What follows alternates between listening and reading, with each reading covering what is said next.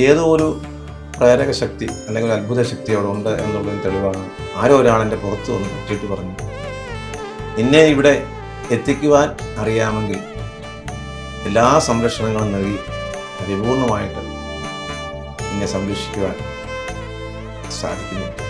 അന്ന് നട തുറന്നാൽ ആദ്യമായി പടി കയറുന്നത് പുതിയ മേൽശാന്തിയാണ്. പുതിയ മേൽശാന്തി പടി കയറി അവിടെ ചെന്ന് പരീക്ഷണങ്ങൾ ഉണ്ടായിട്ടുണ്ടോ? തീർച്ചയായിട്ടും അനവധി പരീക്ഷണങ്ങൾ ഉണ്ടായിട്ടുണ്ട്. കാരണം അയ്യപ്പസ്വാമി മാത്രമാണ് എന്നിലുള്ളത്, അയ്യപ്പസ്വാമി മാത്രമാണ് എൻ്റെ മുന്നിൽ എപ്പോഴും ഉള്ളതെന്നൊരു തോന്നൽ തന്നെ അവിടെ ലഭിക്കുന്നു എന്നുള്ളതാണ് ഏറ്റവും വലിയൊരു അനുഭവം. ശബരിമല എന്ന് പറയുമ്പോൾ ഇപ്പോഴും നമ്മുടെയൊക്കെ മനസ്സിൽ ഒരു രഹസ്യാത്മക നിറഞ്ഞൊരു ക്ഷേത്രമായിട്ടാണ്. കാരണം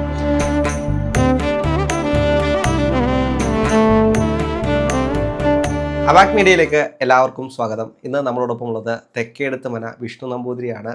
നമസ്തേ. സ്വാമി ശരണം. അങ്ങ് ശബരിമല മേൽശാന്തിയായിരുന്നു 2008, 2009 കാലഘട്ടത്തിൽ. ശബരിമല എന്ന് പറയുമ്പോൾ ഇപ്പോഴും നമ്മുടെയൊക്കെ മനസ്സിൽ ഒരു രഹസ്യാത്മക നിറഞ്ഞൊരു ക്ഷേത്രമായിട്ടാണ്. കാരണം അത്ര യാതനകൾ സഹിച്ചാണ് ഓരോ മനുഷ്യരും ശബരിമലയിലേക്ക് പോകുന്നത്. ഞാനും പലതവണ പോയിട്ടുള്ള ഒരാളാണ്. നമുക്കറിയാം അതിൻ്റെ ഒരു ബുദ്ധിമുട്ട്, പോയി മല ഇറങ്ങുന്നത് വരെയുള്ളൊരു ബുദ്ധിമുട്ട്. പക്ഷേ അടുത്ത കൊല്ലമാകുമ്പോൾ വീണ്ടും അവിടേക്ക് നമ്മളെ വലിച്ചടിപ്പിക്കുന്ന എന്തോ ഒരു ശക്തി അവിടെയുണ്ട്. അതുകൊണ്ടാണ് നമുക്ക് വീണ്ടും വീണ്ടും പോകാൻ കഴിയുന്നത്. ഒരു കൊല്ലക്കാലമാണെങ്കിൽ പോലും ആ അയ്യപ്പനെ നേരിട്ടറിയാനും അയ്യപ്പനെ ചേർത്ത് നിർത്തി, അതായത് ബാക്കിയുള്ളവർക്കെല്ലാം ദൂരെ നിന്ന് കാണാനുള്ള ഒരു ഭാഗ്യം മാത്രമേ ഉള്ളൂ. ഒരു കൊല്ലം ആ അയ്യപ്പനെ ശുശ്രൂഷിക്കാനുള്ളൊരു അവസരം ലഭിച്ച ഒരാളാണ്. അതിൻ്റെ ഒരു അനുഭവം ഒന്ന് പങ്കുവയ്ക്കാമോ? തീർച്ചയായിട്ടും താങ്കൾ പറഞ്ഞത് ശരിയാണ്. കാരണം അനവധി യാതനകൾ അനുഭവിച്ചാണ് ഭക്തന്മാരവിടെ എത്തുന്നത്. ആ ദിവ്യസന്നിധിയിൽ ഏതോ ഒരു പ്രേരക ശക്തി അല്ലെങ്കിൽ ഒരു അത്ഭുത ശക്തി അവിടെ ഉണ്ട് എന്നുള്ളതിന് തെളിവാണ്.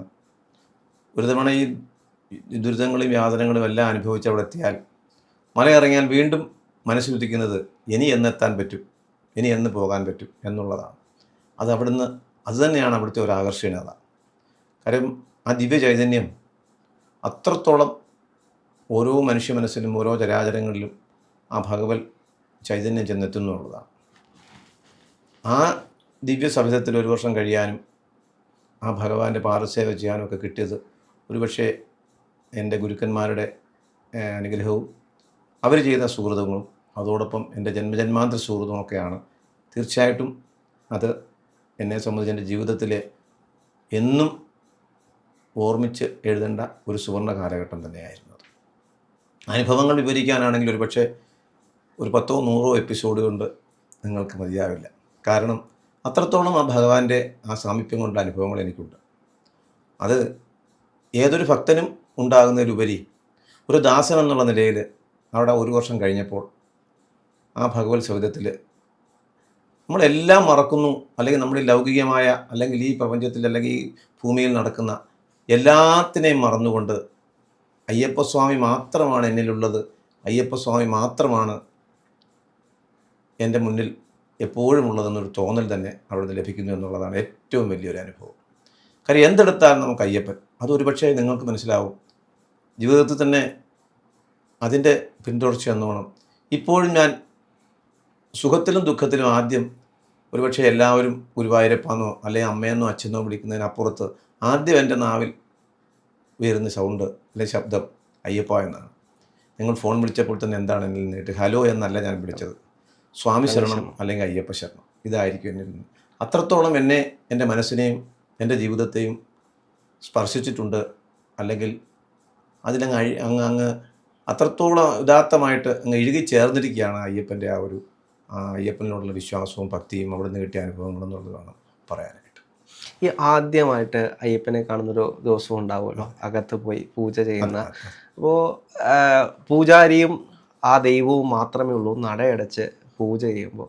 എങ്ങനെയായിരുന്നു അതിൻ്റെ ഒരു അനുഭവം ആദ്യമായിട്ട് അയ്യപ്പനെ കാണും? ആദ്യമായിട്ട് അയ്യപ്പനെ ഒന്നാമത് ഈ നടയടച്ച് പൂജ ചെയ്യുമ്പോൾ പൂജാരി അല്ല, ശബരിമലയെ സംബന്ധിച്ച് പൂജാരിമാരുണ്ടാവും, ശാന്തിയെ സഹായിക്കാനായി സഹായികളൊക്കെ ധാരാളം ഉണ്ടാകും.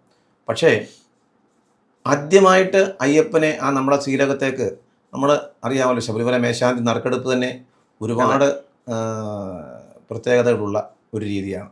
താങ്കൾക്ക് ഒരുപക്ഷെ മനസ്സിലായിട്ടുണ്ടാവും. ആ നറുക്കെടുപ്പെല്ലാം പൂർത്തീകരിച്ച് തുലാമാസം 30-ാം തീയതി അല്ലെങ്കിൽ വൃശ്ചികത്തിന് നട തുറക്കുന്ന മണ്ഡലപൂജ മണ്ഡലമാസക്കാലം തുടങ്ങുന്നതിൻ്റെ തലേ ദിവസമാണ് നട തുറക്കുന്നത്. അന്ന് നട തുറന്നാൽ ആദ്യമായി പടി കയറുന്നത് പുതിയ മേൽശാന്തിയാണ്. പുതിയ മേൽശാന്തി പടി കയറി അവിടെ ചെന്ന് ആ ഭഗവാന്റെ സന്നിധിയിൽ വന്ന് ദർശനം നടത്തി ചുമതലയേൽക്കുന്ന ഒരു ചടങ്ങാണ് അവരോധ കലശം. ആ ഭഗവത് ചൈതന്യം പൂജിച്ച ആ കലശം ആദരണീയനായ ആ ക്ഷേത്രത്തിൻ്റെ ആത്മീയ പിതൃസ്ഥാനം അലങ്കരിക്കുന്ന ആ തന്ത്രി അവർകൾ അദ്ദേഹം ആ ഭഗവത് ചൈതന്യത്തെ ആവാഹിച്ച് പൂജിച്ച ആ കലശം നമ്മൾ അഭിഷേകം ചെയ്യുകയാണ്. അതോടുകൂടി ഒരുപക്ഷെ അയ്യപ്പൻ എന്ന് പറയുന്നതിൽ എന്നിലേക്ക് തന്നെ വിലയം പ്രാപിച്ചോ എന്നുള്ളൊരു അനുഭൂതിയാണ് നമുക്കുണ്ടാകുക. ആ കലശമാടി അദ്ദേഹം നമ്മളെ കൈപിടിച്ച് ശ്രീലകത്ത് കൊണ്ടുപോയി നമുക്ക് ആ ഭഗവാന്റെ തേജസ് തുളുമ്പുന്ന ആ മൂലമന്ത്രം ഉപദേശിച്ചു തരികയാണ്. ഈ വിധത്തിൽ നമുക്കറിയാം, നമ്മളെല്ലാം പൂജാതി കർമ്മങ്ങളും മന്ത്രതന്ത്രാദികളെല്ലാം മനസ്സിലാക്കി പഠിച്ച് ഗുരുമുഖത്ത് നിന്ന് അതെല്ലാം പരിശീലിച്ച് അതിനുശേഷം ഇവരെല്ലാം മുഖാമുഖങ്ങളിലുമെല്ലാം നമ്മളെ പരീക്ഷിച്ച ശേഷമാണ് ഭഗവാന്റെ പരീക്ഷണത്തോടു കൂടിയാണ് നമ്മൾ വീണ്ടും ഇവിടെ തിരഞ്ഞെടുത്ത് എത്തുന്നത്. അതെല്ലാം കഴിഞ്ഞാൽ ഇതൊക്കെയാണെങ്കിലും ആ ഭഗവാന്റെ മൂലമന്ത്രം കേൾക്കുമ്പോൾ നമുക്കുണ്ടാകുന്ന ആ അദ്ദേഹത്തോടുള്ള ഒരു ബന്ധം, ആത്മബന്ധം നമുക്ക് അനുഭവിക്കാൻ തന്നെ സാധിക്കും. കാരണം ഭഗവാനെ അങ്ങ് ഈ എളിയ ദാസനെ സ്വീകരിച്ചല്ലോ, അങ്ങയുടെ ആ ശരിക്കുള്ള നാമം ഉച്ചരിക്കുവാൻ, ആ നാമം ചൊല്ലി വിളിക്കുവാൻ, ആ നാമം എന്നും ആ ഭഗവത് പാദങ്ങളിൽ അങ്ങയുടെ പാദങ്ങളിൽ അർച്ചിക്കുവാൻ, പൂജാതി കർമ്മങ്ങളിൽ അങ്ങയുടെ ആ ചൈതന്യത്തെ, ദിവ്യ തേജസ്സിനെ മനസ്സിൽ പ്രതിഷ്ഠിച്ച് ആ മനസ്സിൽ നിന്നും നമ്മൾ ആ ബിംബത്തിലേക്ക് ലയിപ്പിക്കുവാൻ നമുക്ക് അവസരം തന്നല്ലോ. എത്ര കോടി ജന്മങ്ങൾ ഇനി അതിന് പകരമായി അങ്ങയോട് ഞാൻ എങ്ങനെ നന്ദി പറയും എന്ന് വരെ തോന്നിപ്പോകാറുണ്ട്. അത്ര അനുഭവമാണ്. അത് പറഞ്ഞറിയിക്കാൻ ഒരുപക്ഷെ വാക്കുകൾക്കൊക്കെ അപ്പുറമാണ്, പറയാൻ പറ്റില്ല. ഇപ്പോൾ അതേപോലെ തന്നെ ഇപ്പോൾ ആ ശാസ്താവിനോട് അടുപ്പിക്കുന്ന എന്തെങ്കിലും ഒരു സന്ദർഭം ഉണ്ടായി കാണും? ധാരാളമുണ്ട്. ഒന്നോ രണ്ടോ അല്ല, ധാരാളമുണ്ട്. അവിടെ വെച്ച് തന്നെ ഞാൻ പല ആൾക്കാരും അനുഭവങ്ങളെക്കുറിച്ച് ചോദിച്ചപ്പോൾ അവിടെ വെച്ച് എളുപ്പം പറഞ്ഞു കഴിഞ്ഞാൽ, ഒരു കാലഘട്ടത്തിൽ ഞാൻ ശബരിമല ദർശനം എല്ലാ വർഷവും 2-3 പ്രാവശ്യം പോയിക്കൊണ്ടിരുന്നു. അങ്ങനെ ഒരിക്കൽ ഞാൻ ശബരിമല നിന്നപ്പോൾ അന്നത്തെ മേൽശാന്തി, ഉത്സവബലി ദിവസമായിരുന്നു അന്നത്തെ മേൽശാന്തി, ആ ദേവചൈതന്യം ആവാഹിച്ച ആ ബിംബം കയ്യിലെടുത്ത് പ്രദക്ഷിണമായി വരുന്നത് കണ്ടപ്പോൾ എനിക്ക് മനസ്സുദിച്ചൊരു മോഹമാണ്, അല്ലയോ ഭഗവാനെ, എന്തെങ്കിലും ഒരിക്കൽ ഇതേപോലെ എൻ്റെ ഒക്കത്ത് അങ്ങയുടെ തിരുബിംബം എടുക്കുവാൻ, അങ്ങയുടെ ദിവ്യ ചൈതന്യമേറുവാൻ എനിക്കൊരവസരം ലഭിക്കണമല്ലോ. അന്ന് പറഞ്ഞ ആഗ്രഹം, അന്ന് മനസ്സിൽ ഉദിച്ചൊരാഗ്രഹം ആ സന്നിധാനത്ത് വെച്ച് തന്നെ ആഗ്രഹിച്ചു. എന്തോ എനിക്കങ്ങനെ തോന്നിപ്പോയി. പക്ഷേ എനിക്ക് നീണ്ട 14 വർഷം കാത്തിരിക്കേണ്ടി വന്നു. നീണ്ട 14 വർഷങ്ങൾക്ക് ശേഷം ആ ഭഗവാൻ അത് സാധിച്ചു തന്നു. അപ്പം ആത്മസമർപ്പണത്തോടു കൂടി നമ്മൾ ഭക്തിയോടെ, വിശ്വാസത്തോടെ ആ പാദസേവയ്ക്ക് വേണ്ടി നമ്മൾ അദ്ദേഹത്തോട് നമ്മൾ യാചിച്ചു, അപേക്ഷിച്ചു. അദ്ദേഹം അത് പൂർണ്ണമായി ഉൾക്കൊണ്ടുകൊണ്ട് നമ്മളെ എല്ലാ പരീക്ഷണങ്ങളും നടത്തി അദ്ദേഹം പൂർണ്ണമായി പരിശോധിച്ച് എൻ്റെ ഒരു ഭക്തനാണ് എന്ന് പൂർണ്ണമായി മനസ്സിലാക്കി തന്നെയാണ് എന്നെ അവിടേക്ക് അദ്ദേഹം ഒരവസരം നൽകിയത്. അതിലെന്നും എത്ര ജന്മം ഉണ്ടെങ്കിലും ഞാൻ ഭഗവാന്റെ അടിമപ്പെട്ടിരിക്കുന്നു, കടപ്പെട്ടിരിക്കുന്നു. പരീക്ഷണങ്ങൾ ഉണ്ടായിട്ടുണ്ടോ? തീർച്ചയായിട്ടും അനവധി പരീക്ഷണങ്ങൾ ഉണ്ടായിട്ടുണ്ട്. കാരണം ഇവന് ഭക്തി ഉണ്ടോ ഇല്ലയോ എന്ന് പരീക്ഷിച്ച് അതെ ഉണ്ടായിട്ടുണ്ട്. കാര്യം അത് മേൽശാന്തി ആകുന്നതിന് മുമ്പാണ് കൂടുതൽ. മേൽശാന്തി ആയ ശേഷം പരീക്ഷണമായിട്ടല്ല, അദ്ദേഹം പല അനുഭവത്തിലൂടെ, അതിന് ഉദാഹരണത്തിന് മേൽശാന്തി ആയ ശേഷമുള്ള പരീക്ഷണം പറഞ്ഞാൽ, പരീക്ഷണമെന്ന് പറയുന്നില്ല അതിന്, എനിക്ക് തന്നൊരു സാന്ത്വനം. സാധാരണ ഒരു ശാന്തിക്കാരൻ്റെ മകനായി ജനിച്ച് കുട്ടനാട്ടിലെ ഒരു കൊച്ചു ഗ്രാമത്തിൽ, അവിടുത്തെ ഒരു ഇല്ലത്ത് ഒരു ശാന്തിക്കാരൻ്റെ മകനായി ജനിച്ച് മറ്റ് രാഷ്ട്രീയമോ മറ്റേതെങ്കിലുമുള്ള വലിയ പാരമ്പര്യങ്ങളൊന്നും ഇല്ലാതെ പൂജാതി കർമ്മങ്ങളിൽ മാത്രം വ്യാപൃതനായിരുന്ന ഒരു ശാന്തിക്കാരൻ്റെ മകനായി ജനിച്ച് ചെറുപ്പകാലം മുതൽ ഗുരുക്കന്മാരുടെ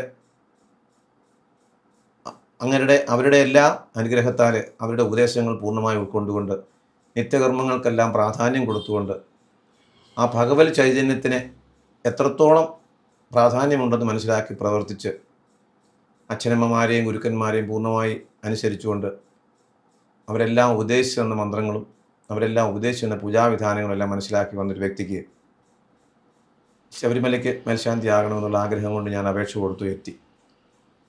സീസൺ എല്ലാം കഴിഞ്ഞു. ഒരു രാത്രിയിൽ കിടന്ന് സന്നിധാനത്ത് കിടന്ന് ഉറങ്ങുകയാണ്. അവിടെ എന്നോടൊപ്പം എൻ്റെ സഹചാരിയായിട്ടുള്ള ഒരാൾ മാത്രമേ ഉള്ളൂ. രാത്രി ഏകദേശം 1:30-2 മണിയായി കാണും. പെട്ടെന്ന് മനസ്സിൽ തോന്നി, ഭഗവാനെ, അവിടെ അറിയാമല്ലോ എന്നും ഓരോരോ തരത്തിലുള്ള ടെൻഷനുകളാണ്. ആ ടെൻഷനുകളും അതെല്ലാം ആലോചിച്ചപ്പോൾ എന്തോ ഞാൻ ഒറ്റപ്പെടുന്നുണ്ടോ, എനിക്കാരും സഹായത്തിനില്ലല്ലോ എന്നൊക്കെ ഒരു മാനസികമായ ഒരു വേദന, ഒരു വിഷമം തോന്നിയപ്പോൾ അങ്ങനെ തോന്നി കിടന്നങ്ങ് ഉറങ്ങി. കുറച്ച് കഴിഞ്ഞപ്പോൾ ആരോ ഒരാൾ എൻ്റെ പുറത്ത് വന്ന് തട്ടിയിട്ട് പറഞ്ഞു, നിന്നെ ഇവിടെ എത്തിക്കുവാൻ അറിയാമെങ്കിൽ എല്ലാ സംരക്ഷണങ്ങളും നൽകി പരിപൂർണമായിട്ട് നിന്നെ സംരക്ഷിക്കുവാൻ സാധിക്കുന്നു. അതിൽ നീ ധൈര്യമായിരുന്നുള്ളൂ. ഇനിയും ഇങ്ങനെ ഒരു ചിന്ത നിനക്ക് വേണ്ട എന്ന് പറഞ്ഞ് മുഴുവിക്കുന്നതിന് മുമ്പ് തന്നെ ഞാൻ ഞെട്ടി ഉണരുകയാണ്. ചുറ്റും നോക്കി ആരുമില്ല. നമ്മുടെ കൂട്ടത്തിലുള്ള ആ സഹചാരിയായിട്ടുള്ള ആൾ നല്ല നിദ്രയിലുമാണ്. അപ്പോൾ മനസ്സിലായി, ഇതാരാണ് എന്നോട് വന്ന് എനിക്ക് ധൈര്യം തന്നതെന്ന് എനിക്ക് മനസ്സിലായി. സാക്ഷാൽ അയ്യപ്പൻ തന്നെയായിരുന്നു. ആ സ്പർശനത്തിലും മനസ്സിലുണ്ടായ ദർശനത്തിലും ആ സാന്ത്വനത്തിലും അദ്ദേഹം തന്ന ആ ശബ്ദത്തിലും എല്ലാം എനിക്ക് ഇപ്പോഴും എൻ്റെ കാതിൽ മുഴങ്ങി കേൾക്കുന്നുണ്ട്. നിന്നെ സംരക്ഷിക്കുവാൻ ഞാനുണ്ട്, എന്നിൽ മാത്രം വിശ്വസിച്ചാൽ മതി എന്ന് തന്ന ആ ഒരു ഉറപ്പൊരു ധൈര്യം ഇപ്പോഴും എൻ്റെ മനസ്സിലുണ്ട്. എങ്ങനെയായിരുന്നു ആ രൂപം? മനസ്സിൽ രൂപം കാണുന്നില്ലല്ലോ, നമ്മളാ ശബ്ദമല്ലേ കേൾക്കുന്നത്, സ്പർശനത്തിലൂടെ ശബ്ദം കേൾക്കുകയാണ്. നീ സമാധാനമായിരുന്നുള്ളൂ, നിന്നെ ഇവിടെ എത്തിക്കാമെങ്കിൽ എന്നുള്ള ധൈര്യമാണല്ലോ നമുക്ക് തന്നത്. അപ്പോൾ രൂപം അനവധിയായി കണ്ടിട്ടുണ്ട്. പക്ഷെ അപ്പോൾ രൂപത്തേക്കാൾ ഉപരി ആ ശബ്ദത്തിനായിരുന്നു പ്രാധാന്യം, ആ സാന്ത്വന വാക്കുകൾക്കാരായിരുന്നു, തന്ന ധൈര്യത്തിനായിരുന്നു പ്രാധാന്യം.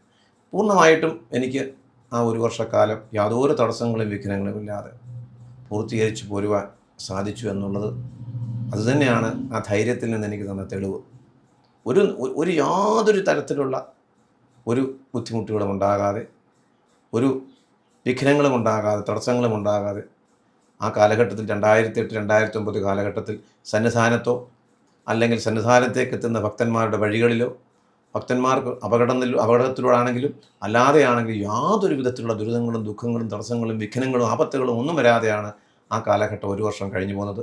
വിശിഷ്യ നമുക്കറിയാമല്ലോ, മണ്ഡല മകരമാസ കാലങ്ങളിലെല്ലാം വളരെ ഭയാനകമായ ഒരു തിരക്കും അതേപോലെ ഭയാനകമായ ഒരു കാലഘട്ടമാണ്. അപകടങ്ങളും മറ്റുള്ള ഇത് ആ കാലഘട്ടത്തിൽ അങ്ങനെ യാതൊന്നും ഉണ്ടായില്ല എന്നുള്ളത് എന്നെ സംബന്ധിച്ചിടത്തോളം എനിക്ക് മനസ്സിനേറ്റ ഏറ്റവും സന്തോഷപ്രദമായ ഒരു കാര്യമായിരുന്നു. കാരണം കൊടാനുകൂടി ഭക്തന്മാരെത്തുന്നൊരു സ്ഥലമാണ്. അവിടുത്തെ പരിമിതികളും അവിടുത്തെ നിയന്ത്രണങ്ങളും എല്ലാം നമുക്കറിയാം. അപകടങ്ങൾക്ക് അനവധി സാധ്യതകൾ അവിടെ ധാരാളമുണ്ട്. പക്ഷെ അതിനിടയ്ക്ക് ഒന്നും സംഭവിക്കാതെ, ഒരു രീതിയിലുള്ള ദുഃഖത്തിനും ഇടവരുത്താതെ അയ്യപ്പൻ ആ കാലഘട്ടം കഴിച്ചു കൂട്ടി തന്നു എന്നുള്ളതാണ് അയ്യപ്പൻ എന്ന ധൈര്യം എന്നെനിക്ക് മനസ്സിലായി.